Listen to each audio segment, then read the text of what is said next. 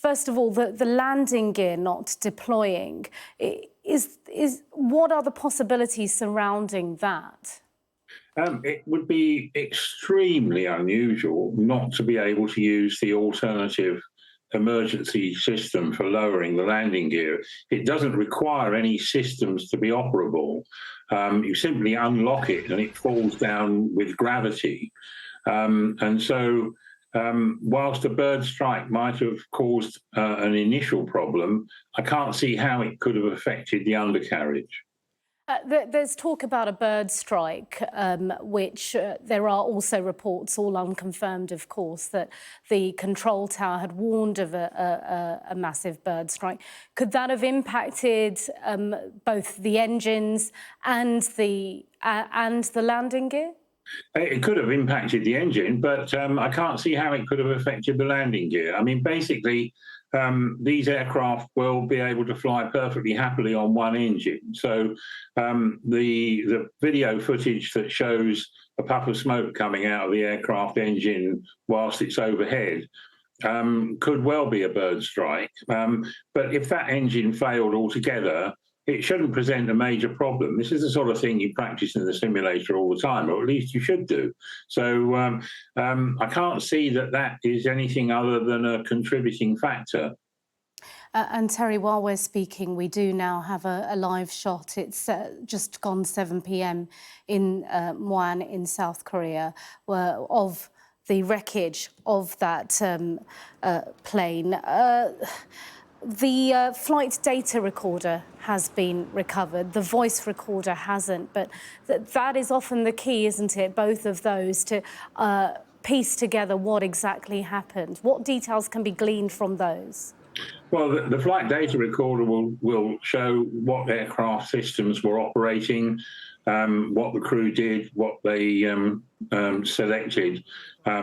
But you know, this is something particular interest to me because in my book I've written a chapter on Korean air safety, and whilst one hopes that things have improved, it's usually a question of the individual airline safety culture. And you know, normally with an engine failure, you would expect to go into the hold, perhaps go through your emergency checklist and figure out what you could do and what your options were. And I'm still very puzzled by the fact that this aircraft is shown on the runway at a very high speed and without any undercarriage. I can't think why that would be. Right, OK. And presumably the flight data recorder and the voice recorder together would reveal to us all the motions and actions taken on board the plane, or what happened to the various equipment, plus what was being said. Yes, indeed, that's absolutely true. Let's hope they find the cockpit voice recorder. But obviously all this takes a while to come out. So at the moment, all we can do is speculate. Yeah, exactly. And the Boeing 737 or Boeing planes haven't had much luck as well, have they? Is that something that needs to be investigated, do you think? Well, Boeing obviously have had a lot of problems, and you know, they haven't exactly covered themselves in glory. But I can't see that this has got anything to do with it, really.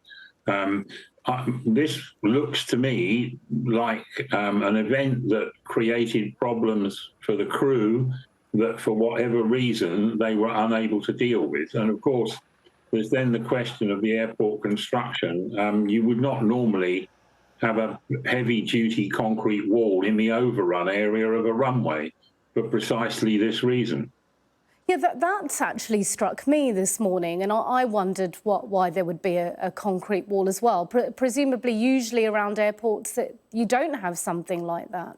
No, I mean, there were the antenna at the end of the runway that were mounted on top of this concrete wall, and it's perfectly possible to mount antenna on a simple metal frame, and mostly they're designed to break off in the event of impact. But they were presented with a really heavy-duty, solid concrete barrier. Now, I mean, obviously that's a separate issue. I'm still confused as to why the aircraft was going so fast on the runway without any wheels. And I think that is the bottom line that we need to try and ascertain. Right, and that on a second landing attempt.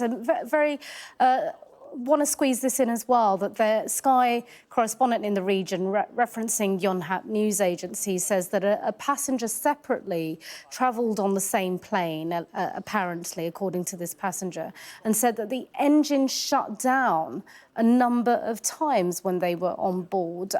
Is that possible? And would that be a concern to look into as well? Well, it might be. I mean, if there was a consistent fault with this aircraft that hasn't been resolved, yeah. But, you know, I say again, they fly on one quite well. I mean, the regulations require a passenger aircraft to sustain an engine failure at the most critical point of takeoff and still continue the takeoff on the remaining engine. So, to be already airborne on one engine, and I've done this myself, and we've all done it in the simulator, it really is not a major problem.